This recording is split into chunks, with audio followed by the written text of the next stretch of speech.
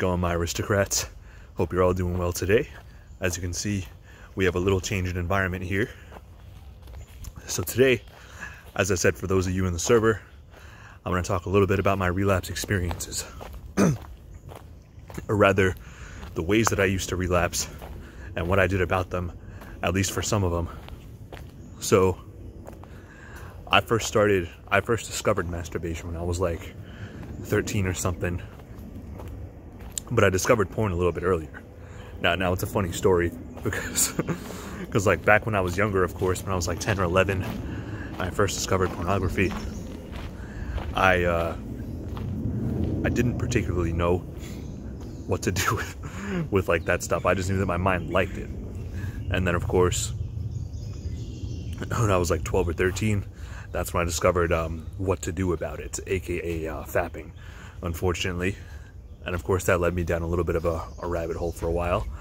But the thing is that after I was like 14 years old or so, I stopped watching porn. I quit very early because like I saw what it was kind of doing to my mind. Even back then I'm like, nah, I'm not about that life. But the thing is that I didn't quit fapping. And what ended up happening was I was kind of using my imagination to imagine like scenarios with the girls and whatnot that I would see in person or like whatever else, and use that to do my thing.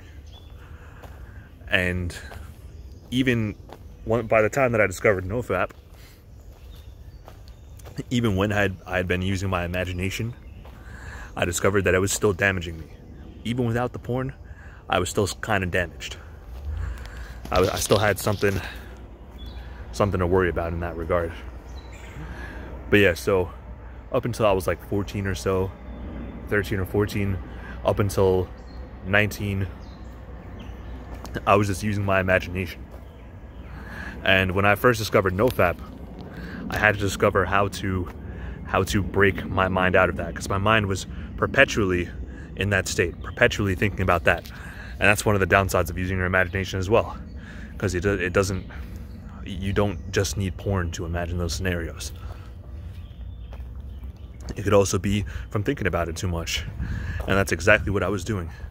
I was thinking about it way too much, and my mind kept imagining scenarios that of course weren't real, and conjuring up different scenarios by which to relapse or to fap or whatever.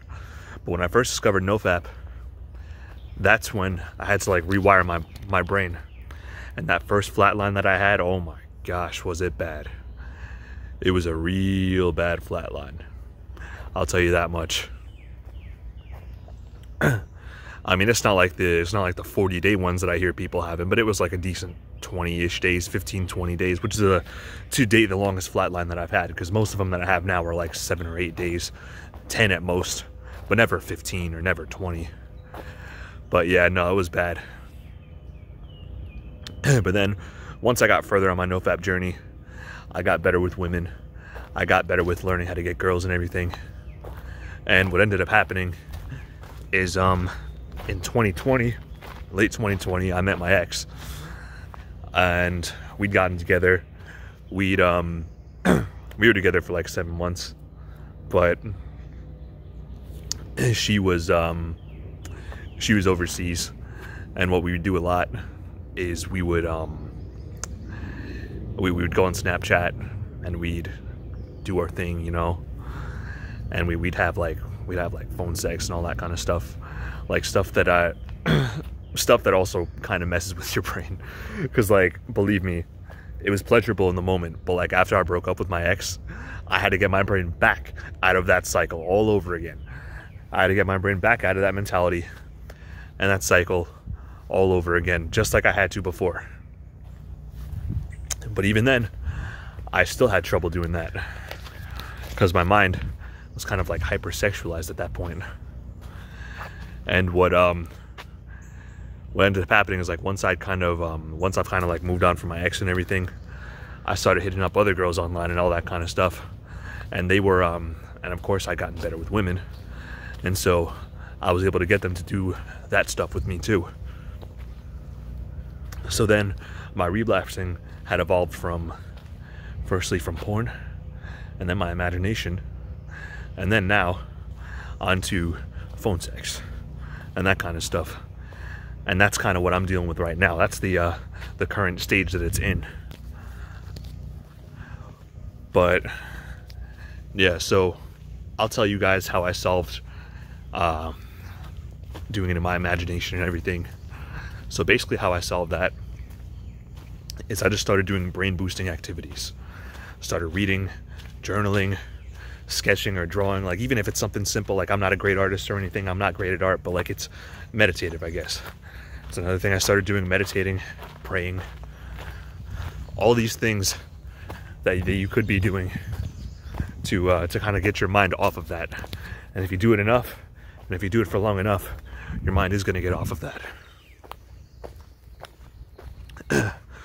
Another thing is also try to stay active, because once I try to get my mind off of that stuff, once I try to like get my mind off of prioritizing that, one big thing that I would do is focus on fitness, focus on going to the gym, focus on how many reps I could do, focus on getting some new PRs and everything like that.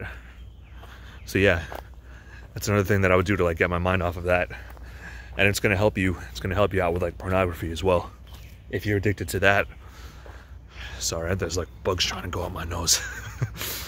But in regards to phone sex, I don't know. I mean, I'm caught in that cycle right now, but I'm on like day 2.5 right now.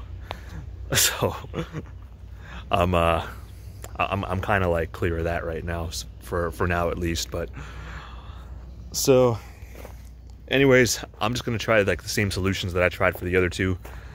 If that doesn't work, I'm definitely gonna come up with some other stuff. But yeah, that's gonna be it for this one. I just wanted to talk about my experiences with relapsing, and hope you all have a good day. Peace out. See you on the next one.